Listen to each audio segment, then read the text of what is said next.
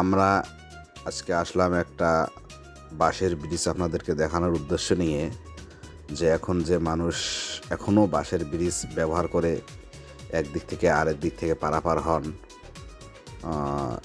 এটা জিনিস আমরা যখন জানতে পারলাম যে আসলে বাঁশের ব্রিজ ব্যবহার করে এখনও অনেক মানুষ চলাচল করতেছেন অনেক ঝুঁকিপূর্ণ অবস্থায়, এটা আমাদের বিশ্বাস হচ্ছিল না। তাই আমরা এখানে আসলাম।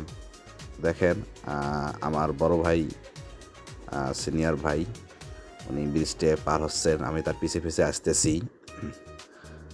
উনিও সম্ভবত কখনো এই ধরনের ব্রিজে ওঠেন নাই। আসলে ওনারও বিশ্বাস হচ্ছিল যে এইরকম একটা ঝুঁকিপূর্ণ অবস্থায় মানুষ চলাচল করে।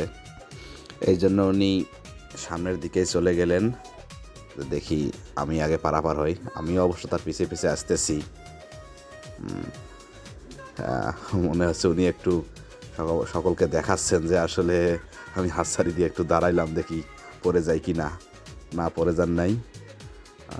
উনি অবশ্য দেখতে দেখতে, যেহেতু ছোটো ব্রিজ,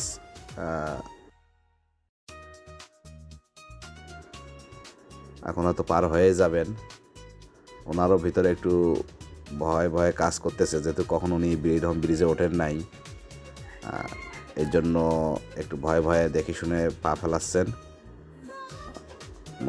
মনে হচ্ছে উনি আবারও একটু দেখাচ্ছেন যে না, দেখেন আমিও হাতছাড়িতেও দাঁড়ায় আছি।